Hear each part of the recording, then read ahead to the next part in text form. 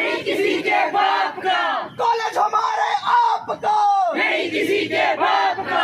Principal secretary होश में आओ, justice, justice, justice, justice, justice, justice,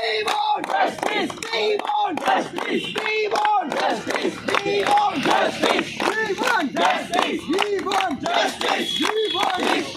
principal secretary होश में आओ, होश में आओ, होश में आओ, प्रिंसिपल सेक्रेटरी होश में आओ, होश में आओ, होश में आओ। हायर एजुकेशन डिपार्टमेंट मुर्दाबाद, मुर्दाबाद, मुर्दाबाद, हायर एजुकेशन डिपार्टमेंट मुर्दाबाद, मुर्दाबाद, मुर्दाबाद। संघर्षों के साए में क्या खूब जवानी पलती है, जिस और जवानी चलती है उस और जमाना चलता है। मित्रों, मैं आप सभी को ये बात बता देना चाहता हूँ, और जो विद्यार्थी, जहां तक मेरी आवाज जा रही है, मैं आप सबको एक बात बता देना चाहता हूं कि हम इस समय जीडीसी बिलावर के सामने खड़े हैं, और इस बार क्या हुआ कि हायर एजुकेशन डिपार्टमेंट ने सब्जेक्ट्स को रैशनलाइज किया। सब्जेक्ट को रैशनलाइज कर उन्होंने ये किया कि सब कुछ सब्जेक्ट जिनमें स्ट्रेंथ कम थी उन्हें कॉलेज से बंद करने लग पड़े। पहले ये आया, उसके बाद कॉलेज ने एक नया एडमिशन नोटिस कुछ दिन पहले हम निकाल दिया, जिसके अंदर हम बात करें तो ह्यूमैनिटीज के अंदर मात्र 2 सब्जेक्ट इस कॉलेज के अंदर दिए जा रहे हैं, वो है साइकोलॉजी और एजुकेशन। तो मैं पूछना चाहता हूं प्रशासन से कि अब विद्यार्थी political science, history, geography, math ये सब पढ़ने के लिए विद्यार्थी को कठुआ जाना पड़ेगा? मैं ये पूछना चाहता हूं कि अगर ये कॉलेज में सब्जेक्ट आपको पढ़ाने ही नहीं थे तो कॉलेज को खोलने का फायदा ही क्या है? मैं ये पूछना चाहता हूं प्रशासन से कि ऐसी क्या घटना परिस्थितियां आ गई कि आप पहले ये सब्जेक्ट इस कॉलेज में दे पा रहे थे लेकिन अब आपको वो सब्जेक्ट बंद करने पड़ गए। तो मैं पूछना चाहता हूं कि हमारे पहाड़ी क्षेत्र के बच्चे अगर उन्हें मनपसंद सब्जेक्ट नहीं मिलेंगे तो वह कठुआ जाएंगे, कहीं जाएंगे, उन्हें इतना, मैं बात करूं, उन्हें इतनी दिक्कतों का सामना करना पड़ेगा। उनकी जिम्मेवारी कौन लेता है? प्रशासन ने इस बार ये कह दिया कि नहीं, हम ये सब्जेक्ट यहाँ पढ़ाना बंद कर देंगे। उस बच्चे का क्या होगा जो इस कॉलेज में पढ़ रहा है, जो इस कॉलेज में बीसीए पढ़ रहा है? इन्होंने कह दिया कि नहीं, बीसीए स्ट्रीम ही इस कॉलेज से बंद करने जा रहे हैं।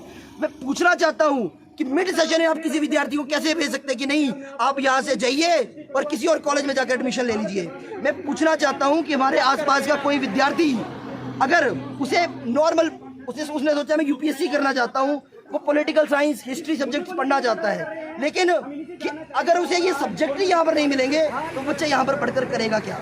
हम न्यू एजुकेशन की पॉलिसी की बात करें, पॉलिसी बहुत अच्छी है, हम पॉलिसी का विरोध नहीं कर रहे हैं, पॉलिसी हमें चॉइस देने का काम करती है, परंतु ये प्रशासन, इसे इम्प्लीमेंट करने वाले लोग गलत है, जिन्होंने चॉइस को ही खत्म कर दिया। जो विद्यार्थी चाहता है कि नहीं मैं मैथ पढ़ूं, नॉन मेडिकल के बिना मैथ, आपने सुना है इस कॉलेज में ऐसा हो रहा है कि बिना मैथ के आपको नॉन मेडिकल पढ़ाया जाएगा?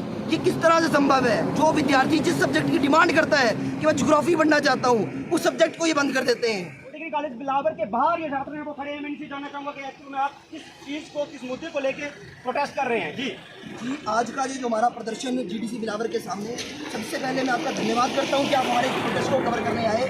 सनक श्रीवत्स विद्यार्थी परिषद प्रदेश सहमंत्री, आज का हमारा ये जो प्रदर्शन है ये मुख्य रूप से जो हमारे कॉलेज के अंदर जो मेजर सब्जेक्ट्स को बंद किया जा रहा है उसके विरोध में है।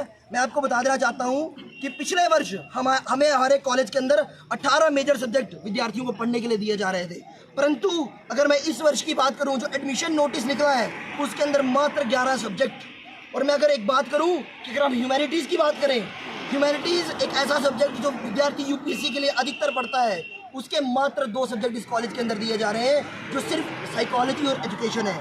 मैं बात करूं सोशियोलॉजी की, मैं बात करूं ज्योग्राफी की, मैं बात करूं पॉलिटिकल साइंस, हिस्ट्री, इकोनॉमिक्स, ना जाने ऐसे कितने सब्जेक्ट्स की जो इस कॉलेज में पहले पढ़ाए जा रहे थे और इस साल बंद कर दिए गए। मैं आपके माध्यम से एक सवाल प्रशासन से पूछना चाहता हूँ कि मुझे आप एक बात बताइए कि बिना मैथ के आपने कभी नॉन मेडिकल सुना है?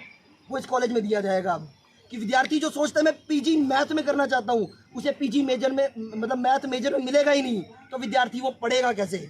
मैं आपके माध्यम से ये प्रशासन को पूछना चाहता हूँ कि ऐसे जो तुगलकी फरमान जो ये जारी कर रहे हैं, विद्यार्थी इन्हें सहेगा नहीं। विद्यार्थी परिषद छात्र हित के लिए विद्यार्थियों के साथ हमेशा खड़ा था, खड़ा है और खड़ा रहेगा। इस प्रकार के तुगलकी फरमान को हम लागू नहीं होने देंगे। ये बात हम प्रशासन को सीधे शब्दों में कह देना चाहते हैं। अगर पिछले वर्ष इस कॉलेज में वो सब्जेक्ट पढ़ाए जा सकते थे, इस वर्ष में ऐसा क्या कारण है कि उन सब्जेक्ट को यहाँ पर बंद किया जा रहा है? हमने हमेशा ये सुना है कि सब्जेक्टों को बढ़ाया जाता है, लेकिन सब्जेक्टों को घटाया जा रहा है। लास्ट पिछले साल की अगर मैं बात करूं, यहाँ पर BCA सब्जेक्ट था, परंतु इस वर्ष BCA सब्जेक्ट को बंद कर दिया गया इस कॉलेज में। इस साल BCA की कोई एडमिशन इस कॉलेज में नहीं होगी। मैं पूछना चाहता हूं कि लाखों करोड़ों से जो लैब का निर्माण, BCA लैब का निर्माण कॉलेज ने करवाया था, अभी उसका विद्यार्थी फायदा ले भी नहीं पाया और सब्जेक्ट बंद कर दिया गया। ऐसी पॉलिसी बनाने से पहले प्रशासन को सोचना चाहिए था कि लाखों करोड़ों का जो खर्चा कर दिया, स्पेशली उस चीज़ के लिए जनरेटर कॉलेज ने खरीदा, लेकिन वो आज लैब वो किसी काम ही नहीं आएगी। मैं पूछना चाहता हूँ कि सरकार का पैसा व्यर्थ करने के लिए क्या सरकार के पैसे को इस तरह से व्यर्थ बहा देंगे कि लैब बना दी, अब उसे यूज़ करने वाला विद्यार्थी कोई नहीं देगा। और यहाँ का विद्यार्थी, जो पहाड़ी क्षेत्र का विद्यार्थी है, जो पढ़ना चाहता है, जो कुछ करना चाहता है, उसे यहाँ से उठकर कहीं और जाना पड़ेगा। उसके हॉस्टल की जिम्मेवारी कौन लेता है कि उस विद्यार्थी को अगर आप वहाँ भेजेंगे उसे हॉस्टल मिल जाएगा? उस विद्यार्थी को किस प्रकार की दिक्कतों का सामना करना पड़ेगा? मैं सीधे शब्दों में प्रशासन से कह देना चाहता हूँ कि हमारे सब्जेक्ट हमारे कॉलेज में रहने चाहिए, क्योंकि विद्यार्थी पढ़ना चाहता है। अगर आप चेक करें उन सब्जेक्ट्स में की डिमांड अधिक है, उन सब्जेक्ट्स की स्ट्रेंथ अगर मैं बात करूँ तो 80 के करीब उन सब्जेक्ट्स में स्ट्रेंथ है एक सेमेस्टर के अंदर, और फिर भी उन सब्जेक्ट्स को आप बंद कर रहे हैं। तो विद्यार्थी आर्ट्स पढ़ने के लिए, वो बोलता हूँ BA डिग्री मानी जाती है ना, प्रोफेशनल डिग्री नहीं है ये। BA पढ़ने के लिए विद्यार्थी को कठुआ, जम्मू से बाहर जाना पड़ेगा। प्रशासन किस प्रकार की नीतियाँ बना रहा है?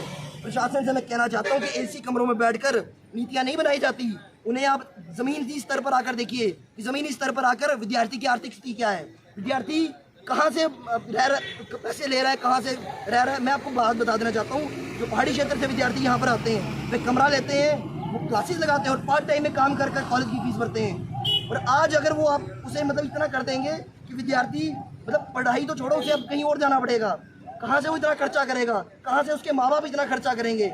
मैं प्रशासन से सीधे शब्दों में कहना चाहता हूँ कि इस तरह की जो नीतियाँ प्रशासन बना रहा है, इनके ऊपर एक संज्ञान लें और एक पुनर्विचार इनके ऊपर करना चाहिए। जी, क्या कहना चाहोगे आप? जैसे सेमेस्टर सिलेबस से आपको बताया कि 80 सब्जेक्ट उठ रहे हैं। मैं आपको बता दूं, इस बार पिछली बार क्या था, इधर 18 सब्जेक्ट थे मेजर में, इस बार इन्होंने 11 कर दिए।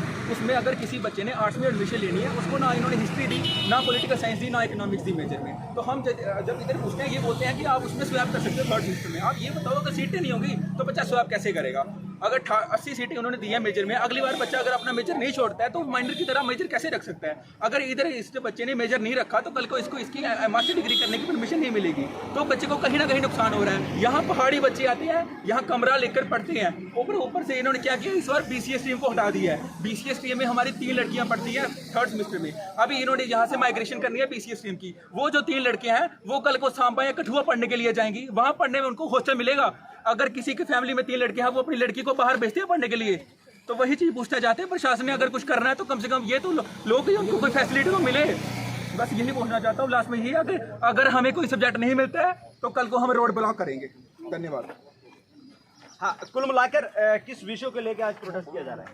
बच्चों को सब्जेक्ट नहीं मिल रहे हैं, जो वो मांग रहे हैं वो मिल ही नहीं रहा, तो क्या फायदा? हम अपने हक के लिए लड़ रहे हैं। जी, तो इनका साफ कहना है कि अपने हक के लिए ये लड़कियां और ये लड़के कॉलेज के भारत माता की जय, भारत माता की जय, भारत माता की जय, साडा हक, साडा हक नहीं मिलेगी। बहुत ही चिंता का विषय है कि गवर्नमेंट डिग्री कॉलेज बनाया गया, वहाँ पे BCA प्रिंसिपल सेक्रेटरी के बाहर से देख रहे हैं। कॉलेज हमारे आपको नहीं किसी के बात का, कॉलेज हमारे आपको नहीं किसी के बात का। तो लास्ट ईयर ये सारे सब्जेक्ट थे, बट इस साल क्या हुआ कि न्यू एजुकेशन पॉलिसी के तहत हायर एजुकेशन डिपार्टमेंट ने वो क्या किया, सब्जेक्ट बहुत कम कर दिए। अब जो बच्चे BA कर रहे हैं तो उनके सिर्फ 2 रीजन होते हैं, एक तो यहाँ वो पढ़ाई नहीं करेंगे और दूसरा रीजन होता है कि वो सिविल के लिए UPSC या PSC एग्जाम के लिए वो तैयारी करेंगे, वो IAS बनेंगे। अगर कोई बच्चा UPSC या सिविल एग्जाम के लिए ज्योग्राफी या हिस्ट्री अपना मेन में रखता है तो वो इस कॉलेज ये सब्जेक्ट उनको नहीं दे पाएंगे। वो रीजन अभी तक इन्होंने ये नहीं बताया। वो कह रहे हैं कि अब इस कॉलेज में ये सब्जेक्ट सारे नहीं पढ़ाए जाएंगे। और दूसरा ये कि उन्हें नॉन मेडिकल से मैथ सब्जेक्ट ही कम कर दिया गया है। सिर्फ इस कॉलेज में नॉन मेडिकल में ही हमें फिजिक्स पढ़ने को मिलेगी। अब कोई बच्चा जिसको मैथ में PG करनी है वो इस सब्जेक्ट में उनको बिल्कुल नहीं दिया जाएगा, सिर्फ उनको फिजिक्स से ही नॉन मेडिकल आगे उनको अपनी पढ़ाई जारी रखनी पड़ेगी। और तीसरा विषय ये कि इस कॉलेज से BCA स्ट्रीम, एक bachelor of computer application stream होती है, उसको इस स्ट्रीम से कॉलेज से बंद कर रहे हैं। रीज़न ये वो कह रहे हैं कि पिछले 3 साल से BCA में 12 एडमिशन हुई, तो ये कहीं का रीज़न नहीं हुआ। अगर कोई बच्चा इस साल BCA करना चाहता है वो इस कॉलेज में ही करेगा, वो कहीं दूर नहीं जाएगा।